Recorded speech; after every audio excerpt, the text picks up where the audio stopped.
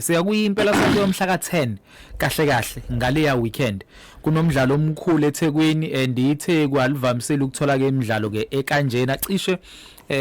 lokhu imabhida yakhiwa I think umdlalo wesibili noma ngathi angiphazame uphakathi kwePirates neKaizer Chiefs ngiyazi ukuthi nizobe nimatasa kakhulu ngoba abantu bazobe bekhona ndifuthi akusibona bonke ama supporters azokwazi ukungena enkundleni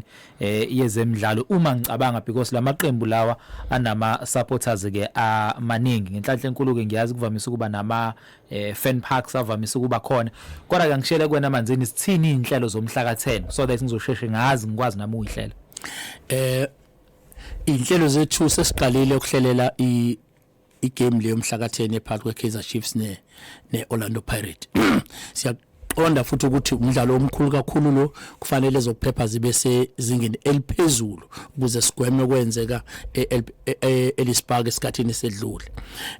inhlelo zethu noma ngeke ngidisclose yonke itraffic management plan isiready kuzothi ngesonto elizayo siyithule la bese sidiscusse nabalaleli kodwa engakusho nje ukuthi ezinye zezinhlelo esinazo ukuthi kulabo abangazokwazi ukuba namathikithi ngoba obvious azoshesha phele baningi kakhulu abantu kunenhlelo esizenzile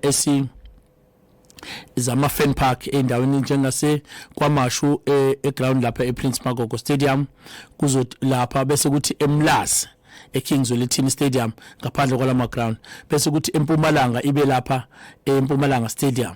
S4 izoba seBeach so silekelela ke ukuthi labo bezobe befisa ukubona ibhola belibuka esimweni esikhulu screen esikhulu abaphuthume kulezo indawo uma bengawatholile amathikiti ukuze bangazoyithola sebehleli ngaphandle noma benza isiminyaminya.